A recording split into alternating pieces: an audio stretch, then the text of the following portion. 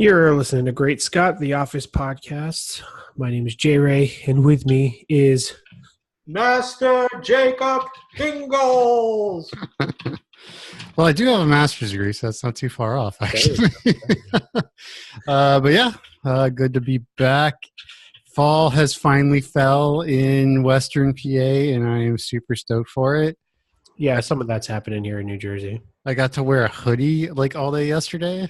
That's the dream. Mm-hmm. So yeah, it was weird because it was like 85, 85, 85, 60. Just, There was no transition. It was just like warm, cool. Like cool. Yeah, it's tough because I commute now via bus and stuff, and like the bus doesn't care.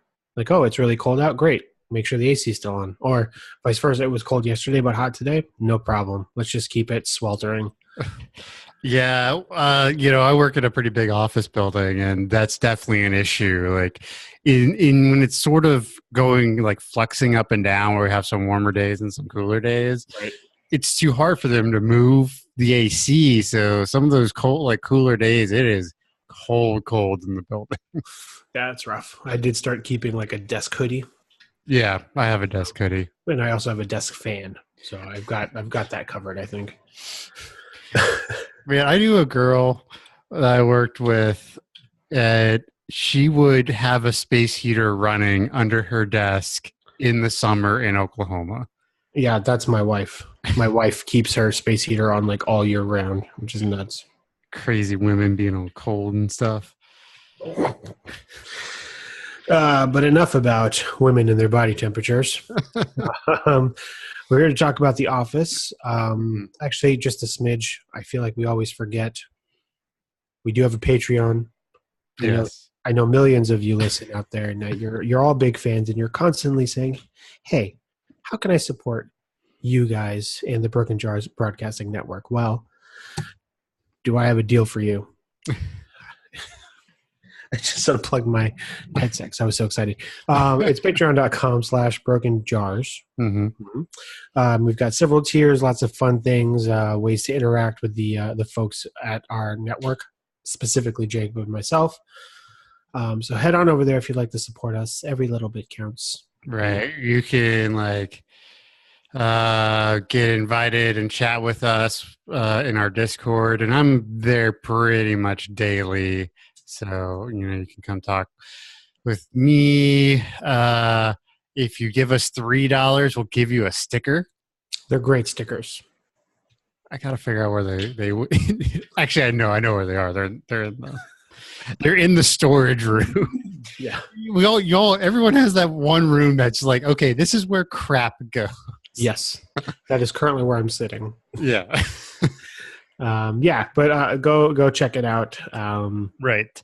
And you can always find us at brokenjarsbroadcasting@gmail.com if you want to talk to us through email. If you're watching on YouTube, hit the subscribe button. Click. Whatever. So that is that. And we are getting into season 8, episode 3, I think it's actually just Lotto. Yeah. It is directed by Mr. Jim Halpert. Yep. John Krasinski, and written by Charlie Grandy. Yeah, I feel like that's a newish name. Yeah, I don't know if I've heard that one yet or not, but the cold open is kind of funny where they come back and someone has left their dog in the like the backseat of their car. Yeah, in their car, right. And this really pisses off Oscar for some reason. Yeah, and then everything is triggering. So the dog's back there. He sees a bumper sticker that indicates that the owner of the car is a fan of snowboarding, and there's a connection in Oscar's mind. Right, because apparently all snowboarders smoke weed. Yeah. Right. He wouldn't have left his weed in the car, apparently. So Kevin comes up with a great idea because everybody's debating, like, it's not that hot out. Maybe it's okay. We don't know how long the dog's been in there. So right. Kevin's like, I could be the real world timer. I'll go sit in my car, and if I honk 3 times, it means I'm dying, which means save the dog. And then, Oscar shows up with a tire iron. Yep. And breaks the window of this dude's car. Like, could you imagine like being that person? Yeah, because there's like a lot of like there's no hesitation, right? There's like repercussions, like insurance will be called. If he doesn't like leave a note or something, the police may be involved. Well, yeah, I mean, the police would if it were me, the police would definitely be involved. Well, if the dude's got weed though. It's true. But he would have time to take the weed out. That's fair. Yeah. But yeah, Dwight's trying to like give up like his smoothie or something. So there's smoothie all in the car. Yeah, for whatever reason, like half of them have shakes. It's like they've all come back from a communal shake trip or something because Jim's got one too. Right. Well, Dwight and Jim come walking into the parking lot with shakes to see the scene. Yeah. So yeah, there must be a Jamba Juice or something must have opened up, or a Smoothie King must have opened up nearby. And then there's some just like kind of great background conversations. The owner of the car is called someone's called Michael Vick in this situation. I think they call Andy Michael Vick because he's originally kind of the voice of reason here. Is like, should we just go break in car windows? And then when he kind of hops on board with everybody's thoughts on the thing, they're like, oh, now you want to help Michael Vick. And then Daryl hops in and says, Vic did his time. It's like, don't do that.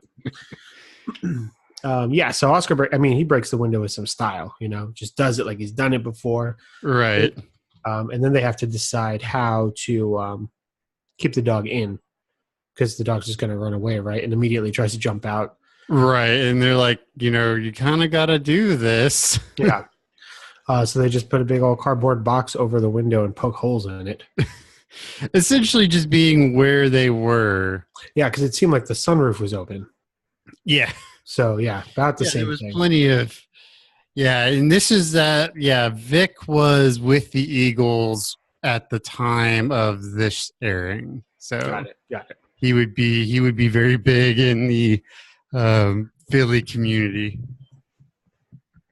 And of course, the best part is everybody feels like job well done. They walk away, and then you hear two honks, and then a third everlasting honk, right? With a close up of Kevin, who seems to be passed out on his steering wheel. That's pretty good. Mm-hmm.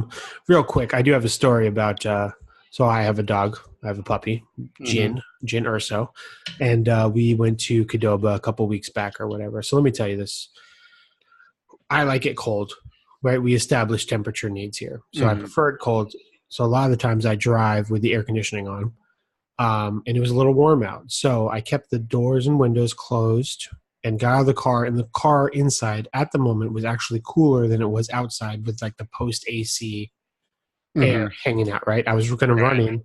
I was literally like mid-order when a lady comes in, like OK Corral style, pushes the saloon doors open of this Qdoba and like fucking freaks out. There it is. There's our big explicit warning on this episode 4 minutes in. But she's like, there's a dog. There's a dog outside in a car. And I was like, oh my God, lady, it's been 45 seconds. But at this point, she's called everybody out. And we can't just ignore it because then maybe she's going to pull an Oscar. So I'm like, it's my dog. She's fine. And she's like, well, it gets hot. No. I'm like, oh my God. So I have to run outside. I roll down the windows and instantly it gets warmer in that car. And I was just so mad at this lady. I feel like I talked about it for like days to my wife. And my wife was like, it's okay. It's over or whatever. So, the dog in the car is a tricky situation. And I feel like if you're so concerned, it's worth waiting there 5 minutes. Before we start breaking windows and starting shootouts in Qdobas. Yeah. Well, like Oscar also broke the dude's tail light. He's like, and one more for whatever. And one more for good measure. Yeah. So at that point, it becomes almost like a hate crime, right? Because he hates snowboarders. Yeah. All right. So the crux of our episode here. Right. It kind of the opening after the cold open. It opens with them with the warehouse crew already have won the lottery. Right. So apparently, I guess every so often they all pool their money together to go into the lottery. A lot of offices do it. And this particular time, they happen to have won a pretty big pot. So that's where we are. They've all won, and they all ended up quitting. Right. Which, one, that's not enough money to quit your job. Unless you're going to go try to find a new one, or maybe like go back to school or something. But was 900,000 between 6 people, something like that? Right. Yeah.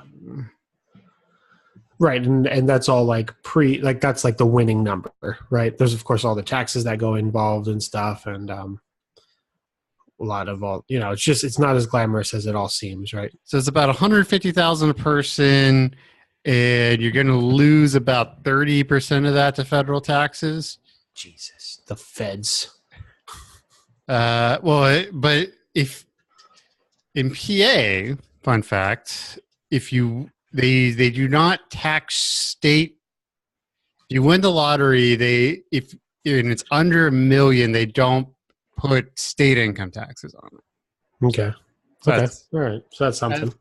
Right. So, they're probably looking at like $100,000 even. Right. 90 to 100,000, right? Yeah.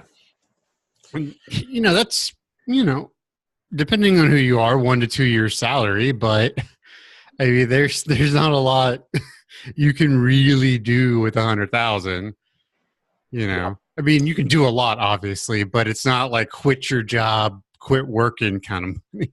Yeah. I mean, not for nothing, but like this could be a troubling comment I'm about to say, but we're talking about like blue collar workers, right?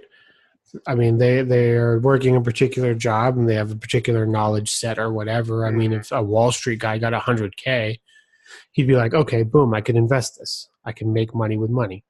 Right. And we'll find out throughout the episode what some of the plans are for some of the folks, because there is like an investment concept going on there, though it's a little far fetched. But yeah, I think some people maybe could do something with it in terms of not, but I don't think this is the group of people. Right. I mean, ideally, most people who have a stable job, I would have guessed just from the things that have been said in the show, this is probably like 2 to 2.5 years worth of salary for these guys after taxes. Yeah. So, pay off your house, pay off all your debts. All of a sudden your salary gets a lot bigger. Yeah. Right. Yeah. That's a good point too. Like keep doing your job, and then all of a sudden you don't have all these bills piling up anymore. Right. I mean, it is tens of thousands of dollars if you look at pre-tax income just to pay my student loans every year. Right. So yeah, it's just one of those things where it's like, oh, you essentially, if you pay off that debt, you essentially get a raise. Right. Yeah. So but as people are wont to do, they start thinking about what would you do if you won them that money. Yep.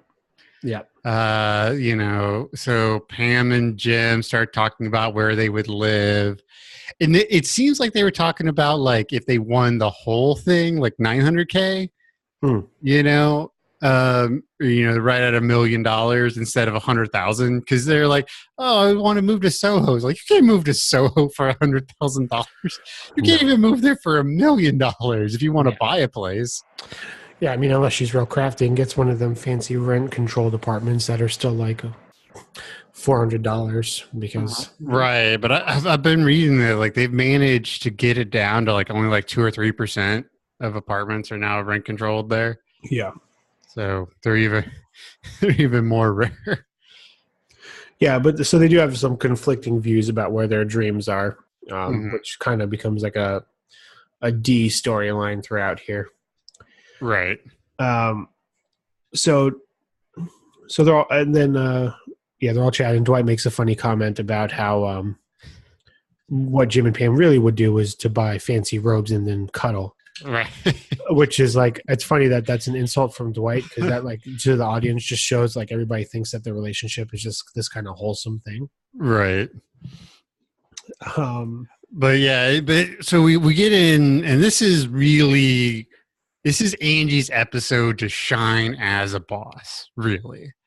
It's at the beginning of the episode, he's freaking out. He's like, yeah, they won the lotto. and I've got to get these people to do these things, and those words have to come out of my mouth. Like he's really like scared about it. Yeah, I mean, really, it's kind of like a trilogy, right? The first 3 episodes of this season kind of work to establish Andy as like this. Actually, I would go even the 4th episode, even right? Garden Party, because that's a huge character development episode for Andy. Yeah. So it's kind of like this series of like making sure that the audience kind of gets where Andy's coming from as his boss. Like he's not right D'Angelo. He's not going to be the typical old Andy that he had been before. And he's not just a new Michael Scott, like he is his own neurotic version of a regional manager of Scranton Dunder Mifflin. But yeah, so he has to come out and he has to tell everybody that like, look, you gotta all get back to work. But he's not putting his foot down as one would. So he's cracking some jokes. He makes a Mr. T impression. I paid full because this will get annoying. Yeah. And we also see a shift in Daryl's behavior, who we all know used to work in the warehouse. Mm-hmm. He has since been promoted to some type of warehouse coordinator. Right. And apparently when he got promoted, he stopped participating in the lottery. So from his perspective, it's like he missed out on this other opportunity, right? Right. Well, something, I mean, I had a really small sort of thing like this. So I started this new job back when I was in my mid-20s. And like 2 weeks after I start, the Lotto pool hit at my job. And everyone in it got like 20 grand after taxes. I mean, not a small amount of money, especially when you're 26 or whatever. I mean, hell, I could do a lot with 20 grand now, but, I was like, oh man, I didn't even know. Like not too long after that, I got moved right beside the woman who coordinated the office thing. And she was like, oh, I told so-and-so to talk to you. I guess they never did. I was like, oh man. Yeah. Like, that's rough. Right. So that sucked. But yeah, but I can kind of get it. Like, oh, I used to do it. It's the fear of missing out, regret kind of thing. Yeah, it's like I mean, the percentages of winning the lottery are slim anyways. I mean, there's like a bit of like a communal funness, I guess, of throwing your money away. Yeah. And it is hard to like, I mean, what's the percentage of people who win the lottery, right? Well, yeah. But I mean, if you're looking at like smaller, some of the smaller payouts, you might be able to make a little bit of money. Well, it sends Daryl into a spiral. Right. And, because we find out he's super pissed about Andy getting that job. Yeah. Because he thinks it was his. Right. He got screwed. Yeah. And we find out that that's not true. In a great scene we'll get to later. But one thing I did find interesting is these two episodes we're talking about today there's pretty much all Daryl character development and then all Andy character development. There's other stuff going on around it, but like they kind of parallel each other in that respect, because they both really set up what happens for the rest of the run of the show. Right. Because soon we're going to start seeing Daryl really getting into all the like life hacking and all this other stuff, and then which eventually leads into athlete.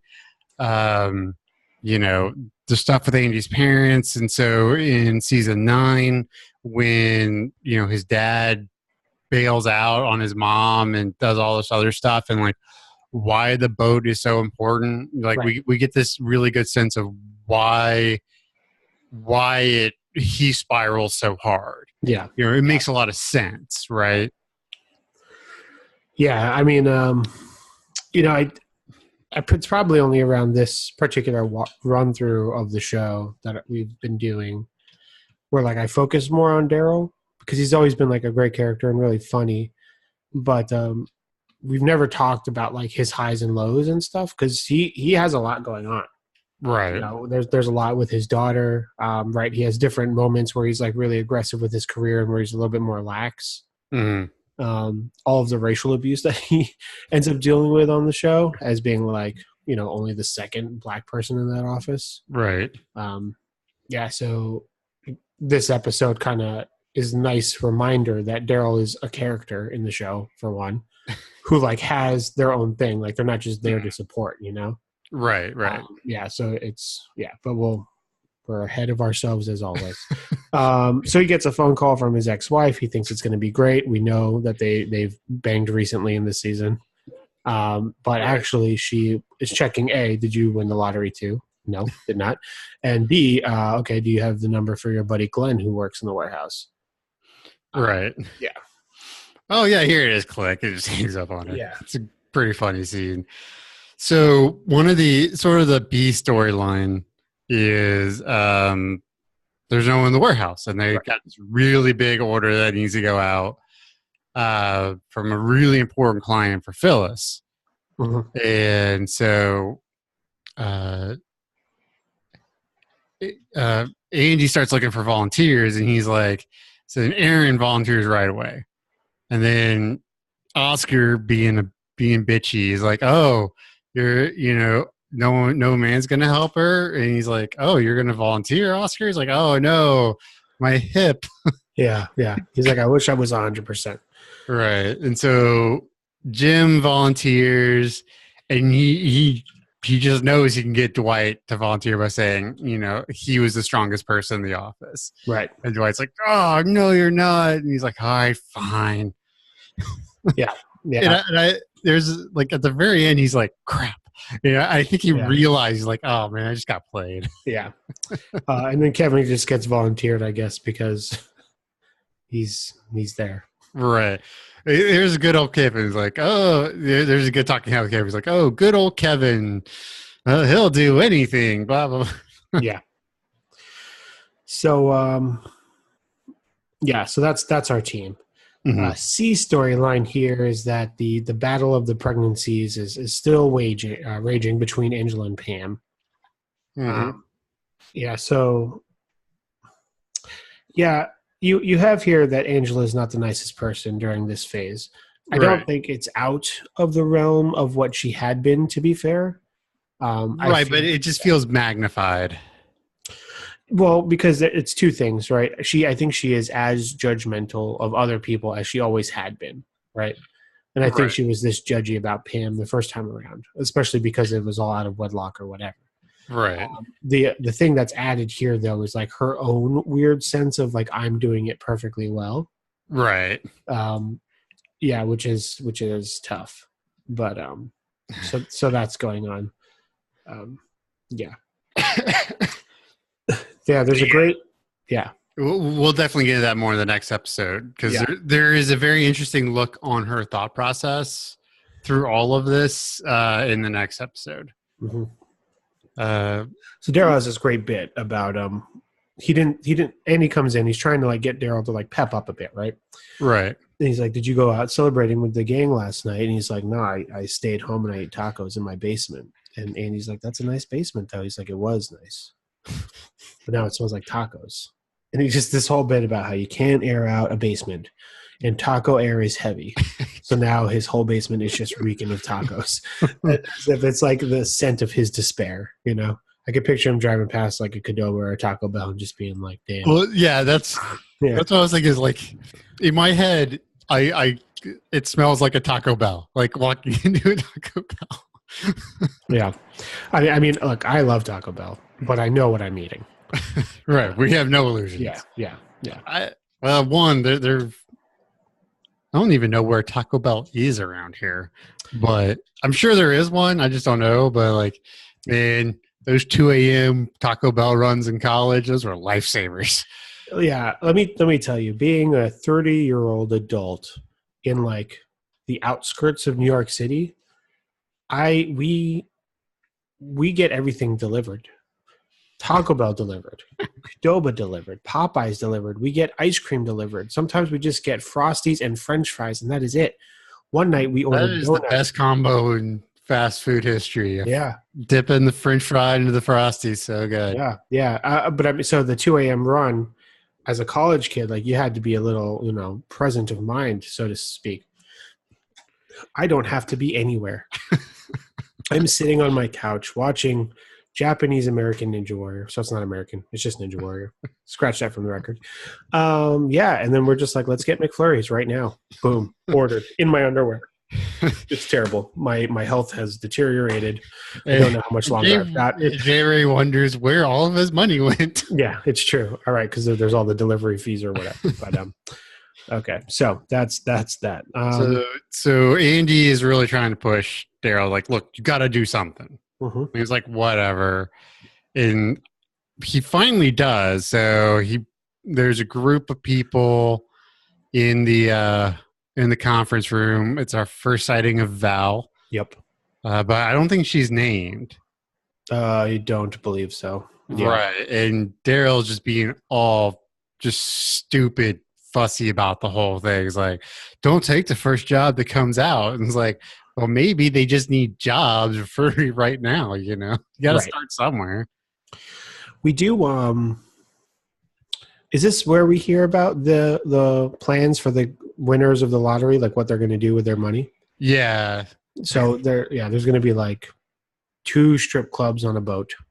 No. 2 or 3 guys went in on the same strip club. Right. On a boat. Right. Right. Hide has the best one. He is investing in a energy drink targeted at gay Asians. Right. Well, it's Asian homosexual men. It's not just gay Asians. Yeah, gay Asian dudes. And more power to them. But you never want to get that niche with your product unless you can sell it for a fuck ton of money.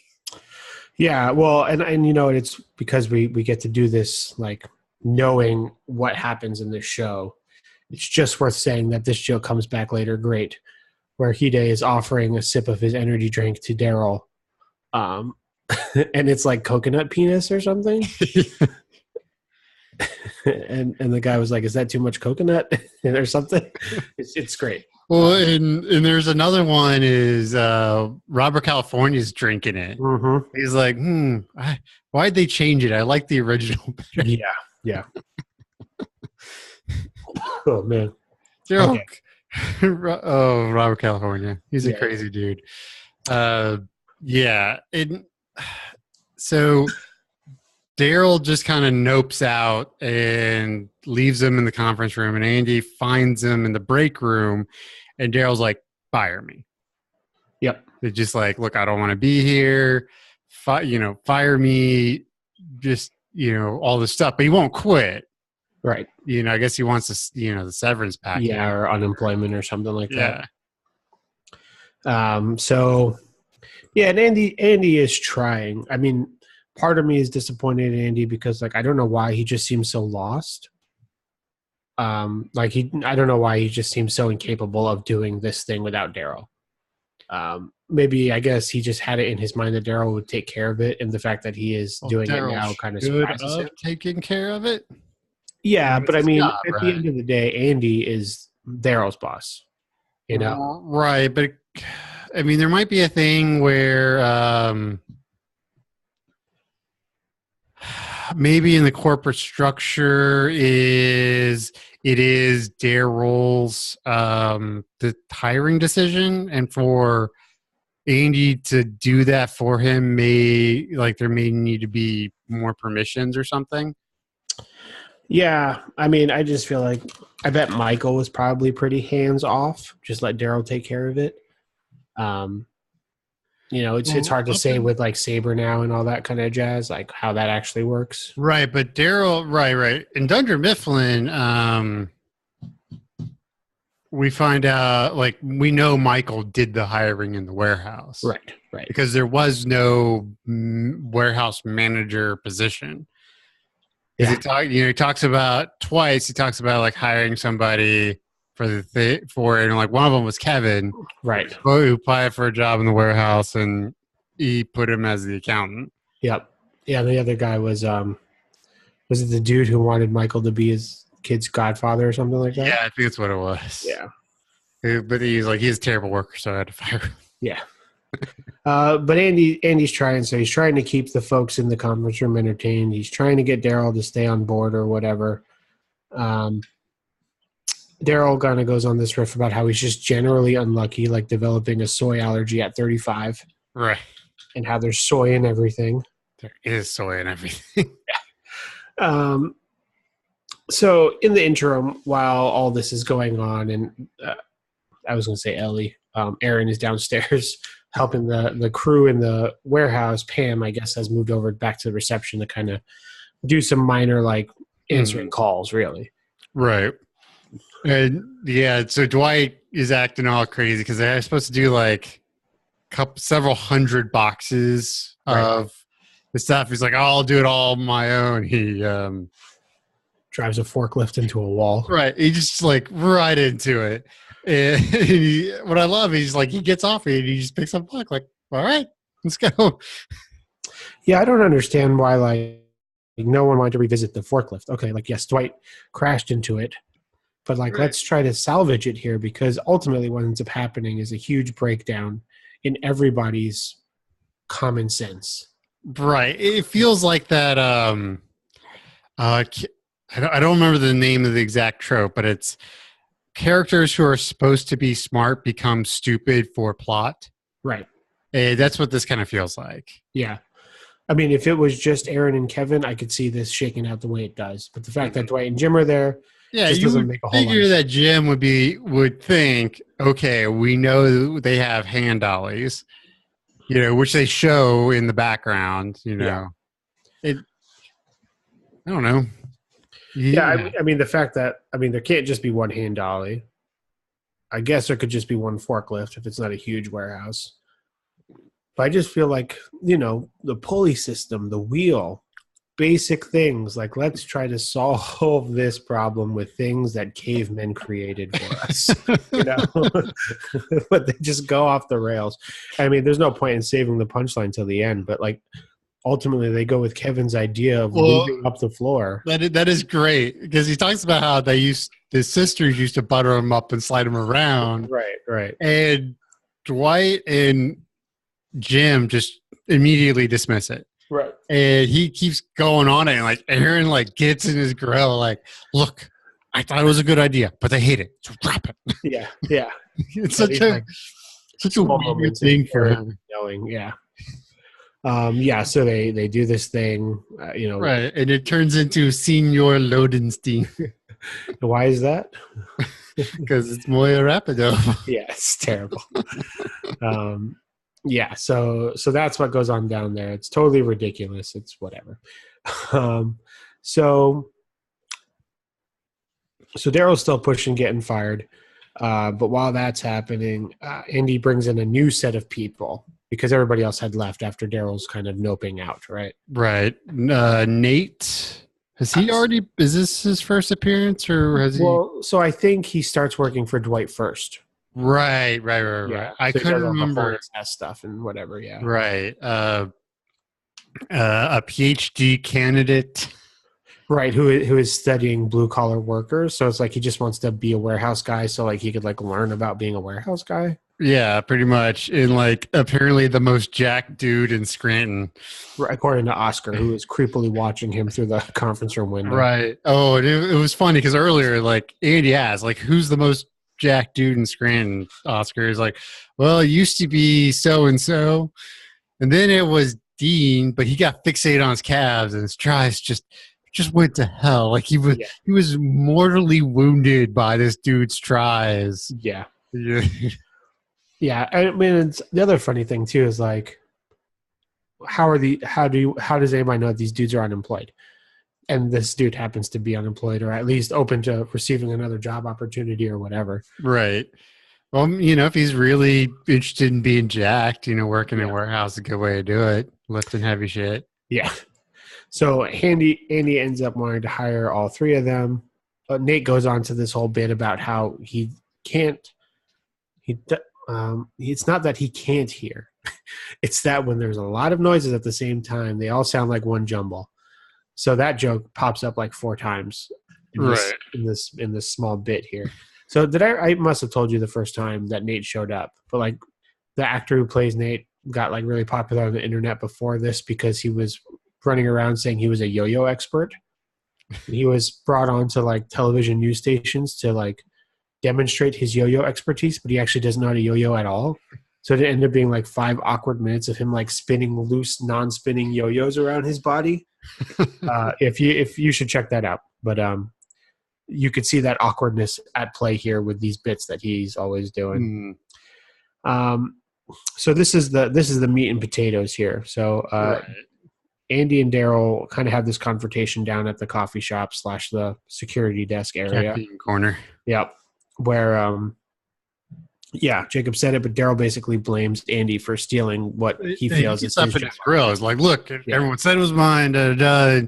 And Andy like has this like, I don't have to put up with this anymore. Yep. Kind of light bulb moment. He's like, look, you were doing good, but you quit trying. Right. And I asked about you. Like, they noticed you hired your friend who was underqualified and all this other stuff. He's like, you were going to take business classes, but you haven't. It's like, I haven't had time. He's like, oh, you've had time for softball and a Mediterranean cooking class. Yeah. Yeah, no, it's really great. Like Andy just had all this stuff, and not for nothing. If we think back, like Andy definitely had an affinity for being Daryl's friend, right? There's the texting joke from before. Mm-hmm. Daryl was involved in the weird Aaron Gabe Valentine's Day scavenger hunt thing. Right. Like there's a lot of moments between Andy and Daryl that for whatever, like Daryl's the one who takes Andy to the hospital when he gets shot in the ear. Right. They go shopping, the Barnes and Noble to pick up chicks. Yeah, pick up roller skating together. Yeah. Mm-hmm. So there is like a broship there. Right. So it's not weird that Andy knows all this about Daryl. Right. And he whips it out, and it really kind of sobers Daryl up, where he's like, "Yeah, I'm not going to let 6 little white balls dictate my future. It's gonna be 2 black balls." Right. Which is a reference to Daryl's testicles. Just in case someone out there didn't realize it. That's right. Yeah. So it's a great moment for Andy, and it's just kind of nice to see Daryl pick himself up after that kind of right. He does, and you can see it going, down the road. Yeah. Yeah. So there's a couple things at the end that a couple like, well, what would you do with the money? And there's, Toby would start the Flenderson files. That was a Sports Center opening, but it was whatever. Yeah, I think I did Law and Order, but it was a mix of the two of those. So. And then there's this great bit with Jim and Pam. They're like, yeah, what we're going to do is we're going to live in a brownstone, top of a hill, on the edge of the city, that you could fish from Pam's pottery studio and all this stuff. Right. And then at the very end, they're like, yeah, but the schools are terrible. Yeah. It's like, you can't have it all, right? Yeah. Yeah. So it's pretty great. And then, of course, we get Andy and Daryl confronting the warehouse crew, quote unquote, about Senior Lodenstein. So that is the shtick of that episode. So what do you think, man? I like this one. Like I said, really good character development episode for Andy, but more for Daryl. And this pretty much puts Daryl on the path for the entire rest of the series that he's going to be on. Right. Striving more, working harder, that kind of stuff. So I gave this a 3.8 out of 5. Tries going to hell. There you go. Actually, what did you say? Did you say 3.8? Yeah, I gave it the exact same score. 3.8 out of 5. Gay Asian energy drinks. This is for me. This is like Andy in his prime, right? Yeah. This was all setting up for Andy to be the Michael Scott we were missing. And I will continue to be disappointed when he goes off the rails, because it really seems like once they get through these episodes, he could just be Michael, and he could do his Michael thing with Aaron or whoever else he's trying to bang or whatever, and have all those blips and then focus out on everybody else. Right. It gets really weird for him. He's really good for most of season 8, and he starts dating whatever her name is. Yep. All of, Disposable, I think, is her name is. Yeah, all of that, and it's not really until it's like when him and Aaron get back together, right? And then because not too far into season 9, the stuff with his dad happens. Yeah. So then, and like we're gonna establish here in the next episode, it is understanding as to why that throws him so bad. Right. I mean, yeah, it would throw anybody. Your dad leaves your mom for the secretary, et cetera, et cetera, et cetera. Right. But, we'll see in Garden Party why that would be so bad. Yeah. So season 8, episode 4, Garden Party, directed by David Rogers and written by Justin Spitzer. I think I just want to say real quick. So Andy's dad is played by this actor, Stephen Collins. Right. You may remember from Seventh Heaven. He is also allegedly the biological father of Dee and Dennis from Always Sunny. And I just want to put it out there. He was a creep sexually, apparently. I remember reading about this a while ago. We don't often talk about current events or whatever. But any praise we say is just because of the performance, if he's done well. But the actual actor, a little creepy. Yeah. I'm just going to say that out loud. And I don't think we ever said it too, but the actor who played Hank passed away. Well, we never talked about that, but everybody was giving him shout outs on social media. So right. Yeah. So the cold open for this is pretty funny. So for whatever reason, I know he said it, but I don't remember exactly what it was. Andy decides they need to advertise out, in the community. Yeah. So they put up some billboards. And as Jim said, there's a thing that graffiti artists like to do. If you give them the opportunity to draw a phallic shape, they will.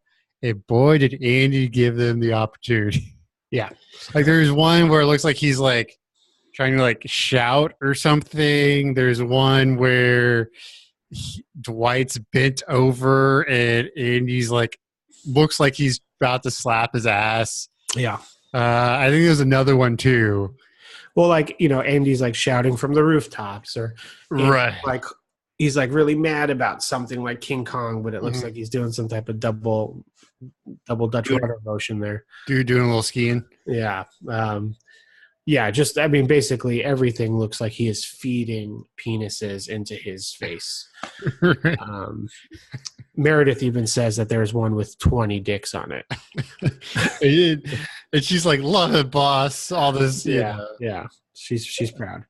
So it's rough. And of course the best part is that when Dwight finds out that this is happening, because of the panic, he runs blocks, maybe even a mile or more.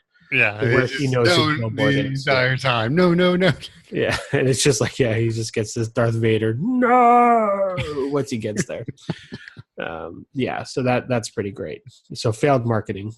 That's what I say. It's pretty funny cold open to me. Yeah. So the crux of the episode, which is pretty much everything sort of revolves around this garden party. Yeah.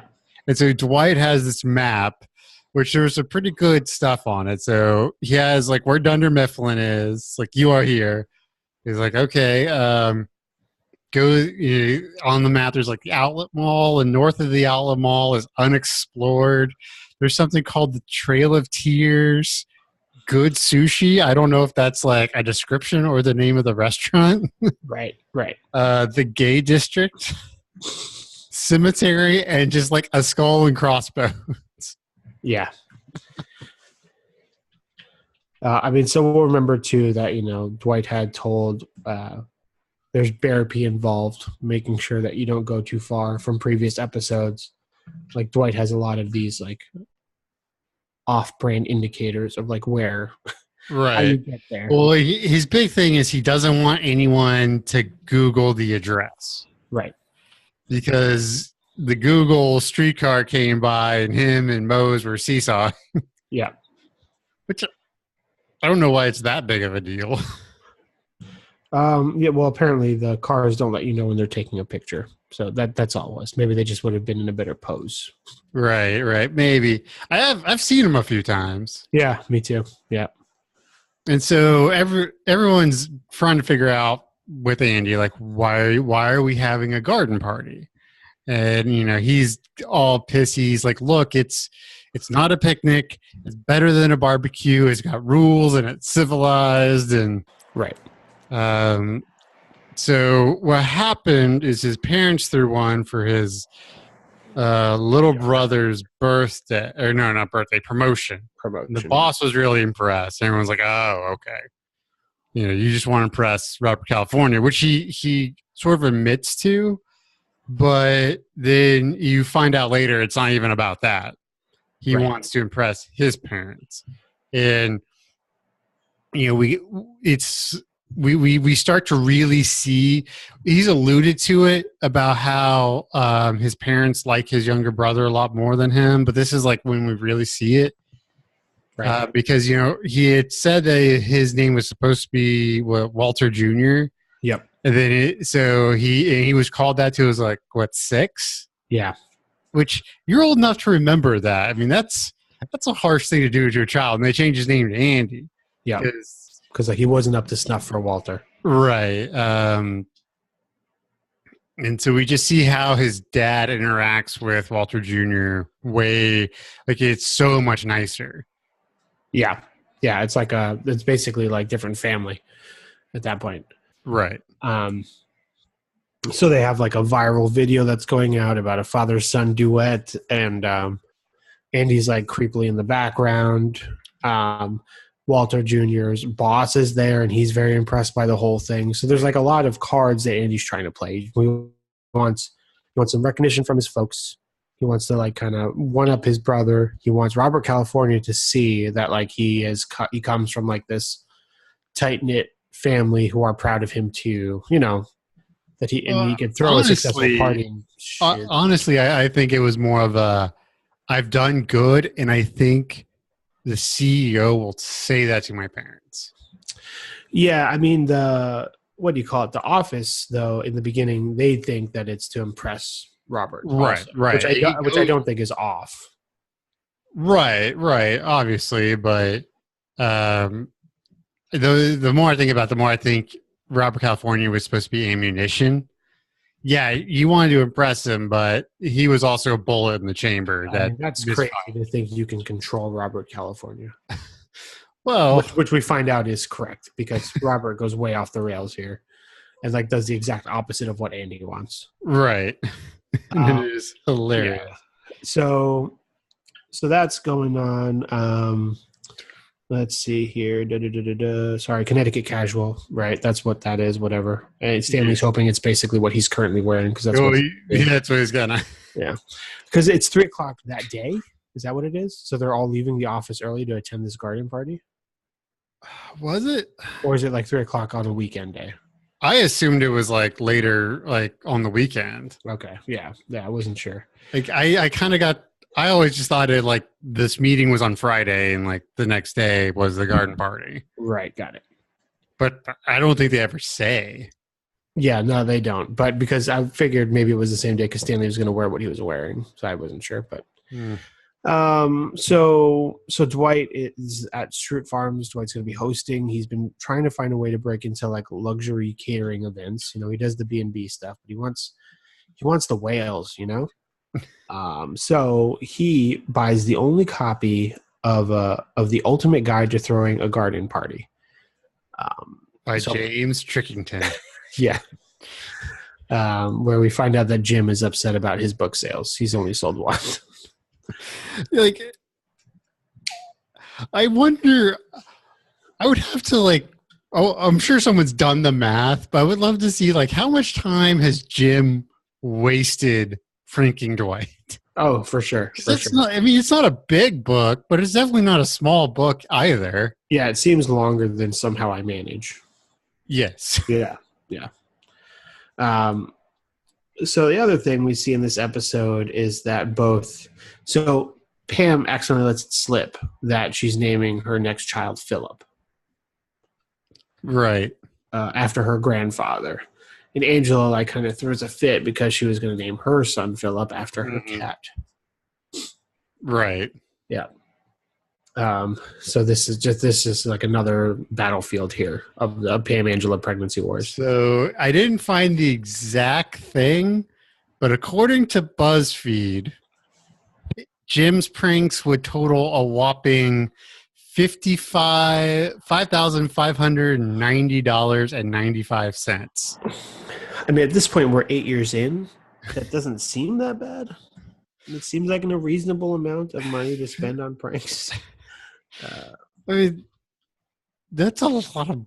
But still, like, let's see. I gotta do the math. Yeah. That's almost $700 a year. Yeah, but what does Jim do? You know, I spend that much on video games for sure. You definitely spend that much on podcasting equipment because you got a new mic every other week. No, I've had this one for a while. It doesn't seem like it. Robert California seems to be judging you behind you. He's like, really, Jacob? Really? Yeah. So, I mean, if this is his hobby, if this is the only, extracurricular thing he's investing in, $700 doesn't sound so bad. Yeah, I mean, if that's his main hobby, Yeah. which it kind of is. Yeah. So we show up at Schrute Farms. Yeah. Mose is the valet, which Toby comes up is like, you have to give me your car now. He pulls the door open, pulls him out, gives him an acorn for a ticket. Yeah. And Toby's like, look, it's finicky. You got to be careful. It fishtails out of there, drifting and stuff. It's just worth reminding our viewers at home that Mose is played by Ken Schur, right?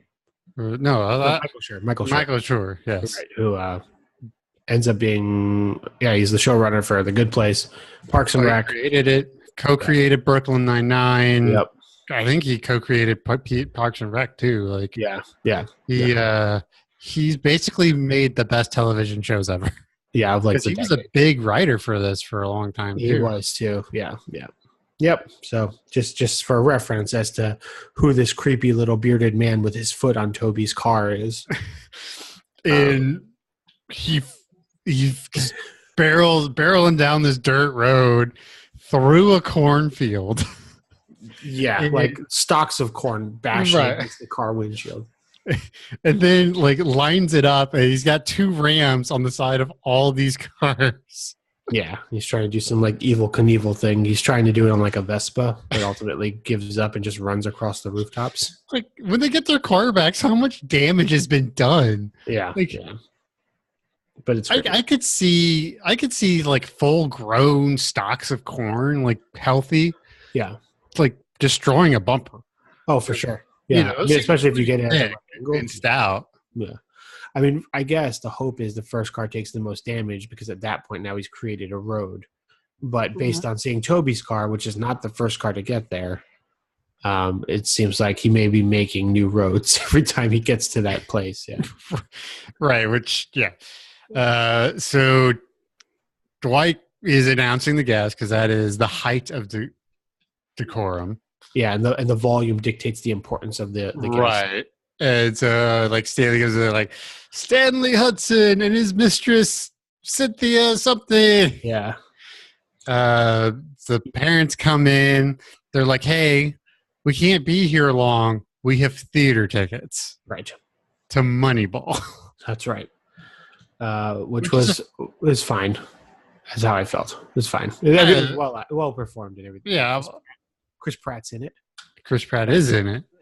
Eventually. I really like Moneyball, but I'm also a baseball guy. So. Well, there's just not enough baseball in it. That's what was so boring about it. I was like, just show me a game. Jesus. I'm just watching people watch a game. This is stupid. But it was whatever. Doesn't matter. I'm not a baseball guy. Yeah, for whatever reason, Dwight thinks uh, Jim and Pam's daughter's name is PP. Right, because he calls it because he was trying to bribe to get the manager job. He's like, "How's your daughter doing? What's her name? PP? Yeah. No, Peepaw. Right. Yeah. So Walter Jr. shows up. Mm-hmm. Kevin, and that kind of like wrinkles Andy's plans there, because his parents, who were going to split for this theater, the showing of Moneyball, kind of get distracted. Like, oh yeah, you're here. A lot more affection for Walter Jr. over Andy. Right. And the thing though is like, in all the interactions you really see with Walter Jr., he seems like a pretty chill dude. Yeah. Like he would probably annoy me, but he doesn't seem like an asshole like his parents are. Well, and similarly later, like especially when we get to like the boat thing, him and Andy like have a moment where it's together. They go on this boat trip, right? Right. So like they can bond. So like there is no like real. Because if I'm recalling correctly, and forgive me if I do not, but it's kind of like Walter had a similar frustration with his folks, but because of the opposite, because he felt constant pressure to keep succeeding. While Andy felt like pressure because he never succeeded to his parents, Right. So they had this like shared animosity toward their folks, mm-hmm. That leads them to have what we can perceive as a good relationship later on. But just something for you folks to watch out for as we go through these shows. Yeah. So he says something to Jim. He's like, "Oh, hi, I'm Jim." He's like, "Oh, tuna." Yeah. This was like he knows. He obviously pays attention to when he talks to Andy. Yeah, and it seems like they kind of talk a lot or enough because he knows about the stuff in people's in the people's lives. Although he doesn't know who Pam is because at this moment he calls Meredith Pam, but he hasn't met her. No, it's true, and he never does apparently in this episode, right? Because he calls Phyllis. Yeah, and when they're leaving. Yeah. Kev is rocking his toupee. Yeah. I love that. I didn't realize it until this watch through just how often it shows up. Like it shows up pretty much every time there's like a nice event. out of office occasion. Yeah. Right. So another tip that Dwight learned from the book is that the event coordinator is also the dance lead. Yes, the dance coordinator. Yeah. So he ends up doing like this weird, like what looks like to me like a fancy horse prance. Yeah. Like chicken dance, right? Yeah, or something like that. The kicking of the feet backwards, right? Right. Yeah. It looks. I always thought of it as like chickens. Yeah. Yeah. Doing their thing, but yeah, it's bizarre. Yeah, it's terrible. But he's doing that. He kind of like steals a maid or a waitress or whatever. I don't know because they're dressed like maids, right? But they look like right. I mean, they're the staff. Yeah, a staffer. So they do this dance. It's great. Rocking the harpsichord. Yeah, there's a great bit where Robert calls Andy asking what gift to bring. Right. And Andy says marmalade after a confusing chat, but Robert ends up bringing basil. And he's like, I'm pretty certain you said basil. Just kind of stiff arms him with that. Right. A weird moment where Aaron's weird feathery fuzzy hat is stolen by a bird. It is like 4 seconds. And then later on we see her trying to climb a tree to retrieve the hat. Poor Aaron. Yeah.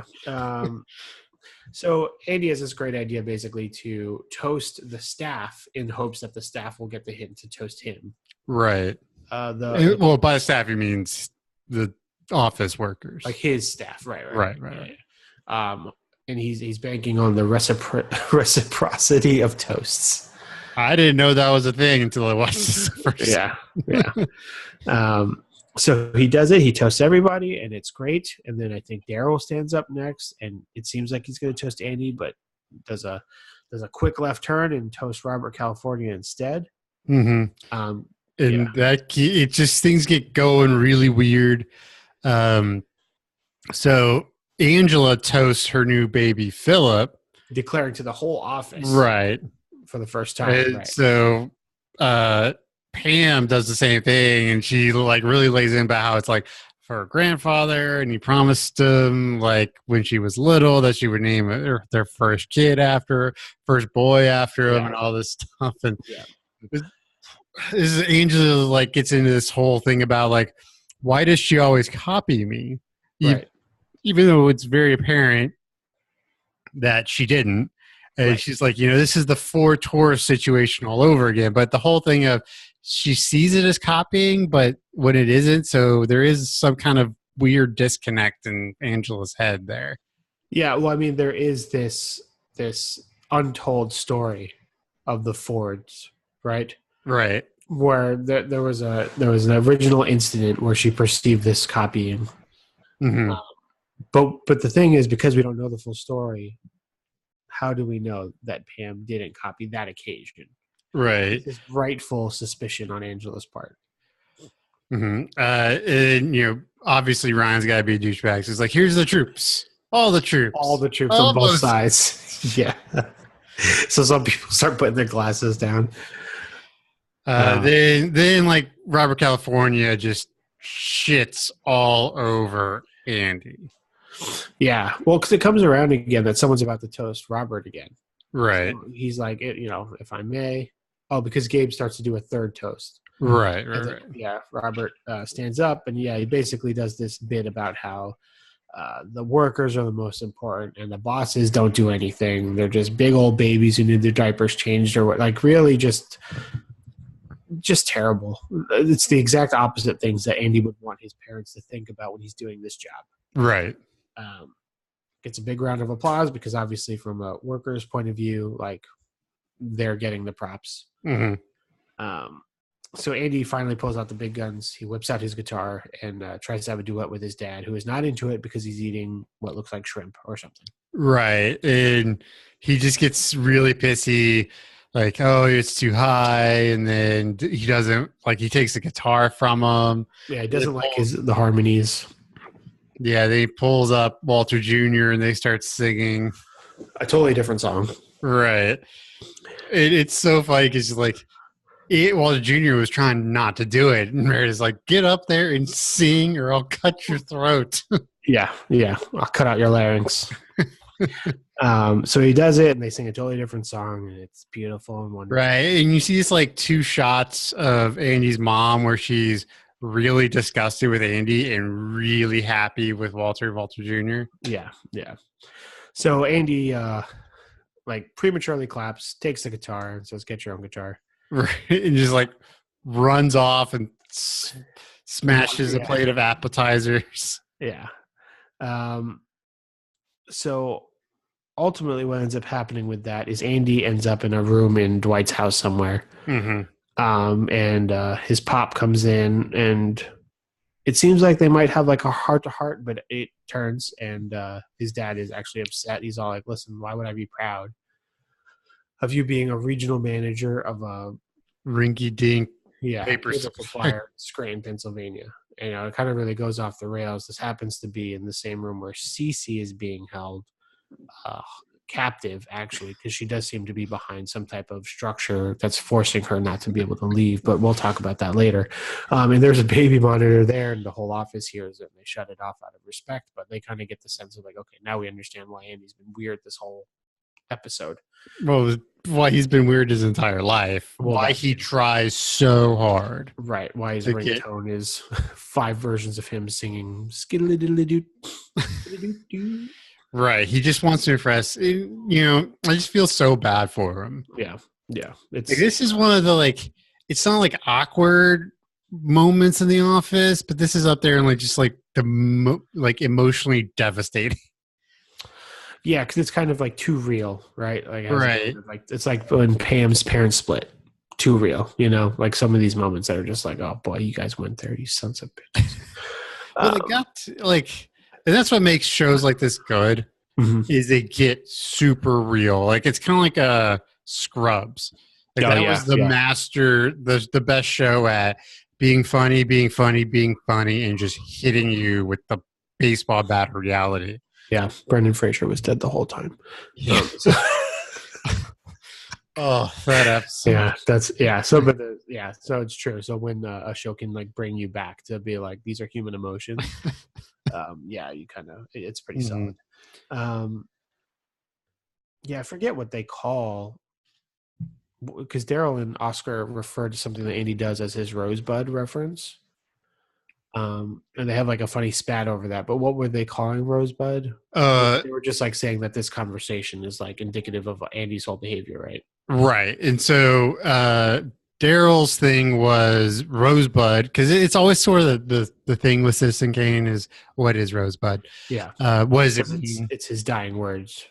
For Right. those of you who didn't see Citizen Kane as a film 101 class taker in college, I can answer a lot of your freshman year questions. So Daryl's thing is that Rosebud is the reason why he is.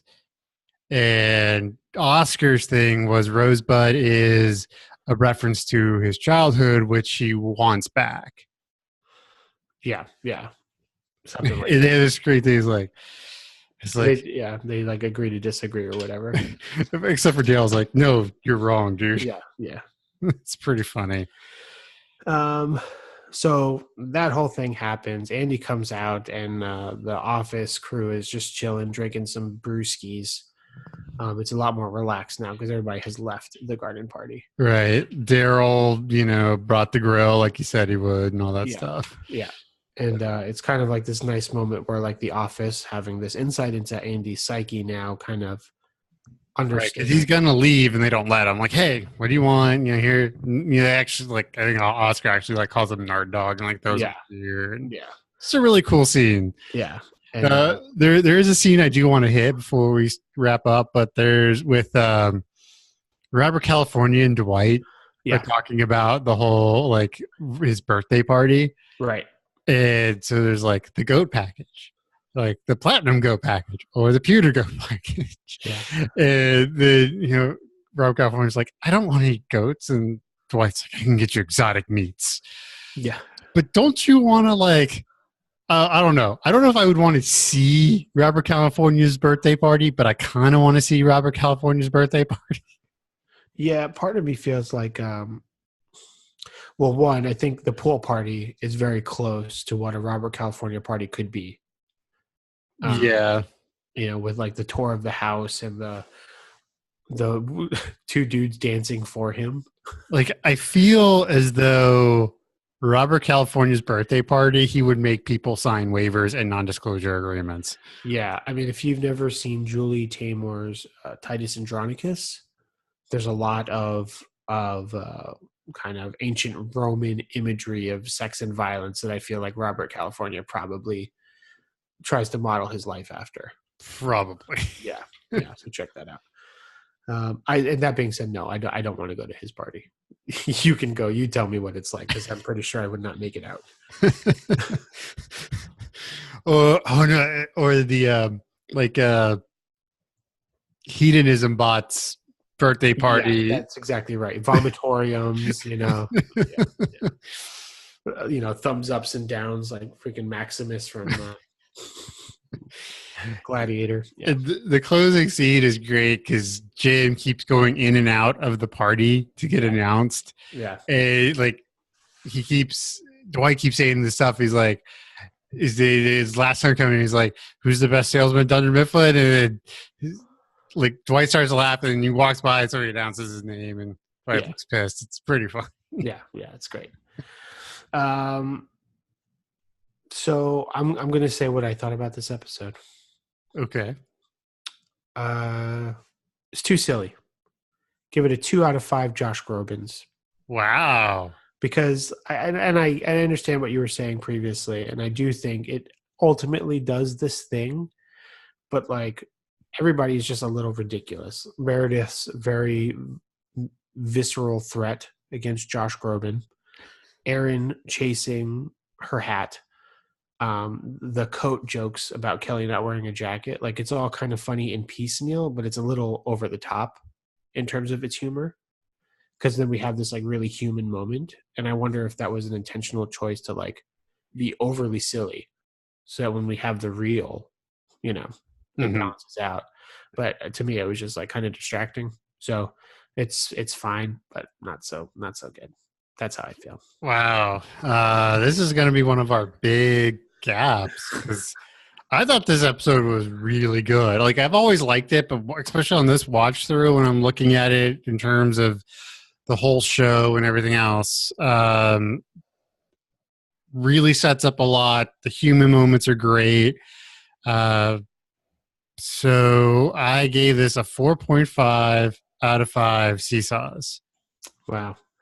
So I didn't expect that.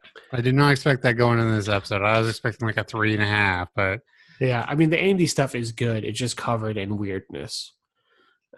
So that's how I feel about that. I mean, listen, if you agree with me, like and subscribe and tell your friends about it. If you agree with Jacob, don't do anything.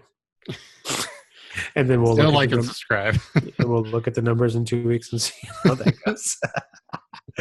Oh boy. All right. So that's it. That was but I think that is the end of the Andy quartet. Now we're going to start moving back into like the regular ebb and flow of the office proper. Mm-hmm. Agreed.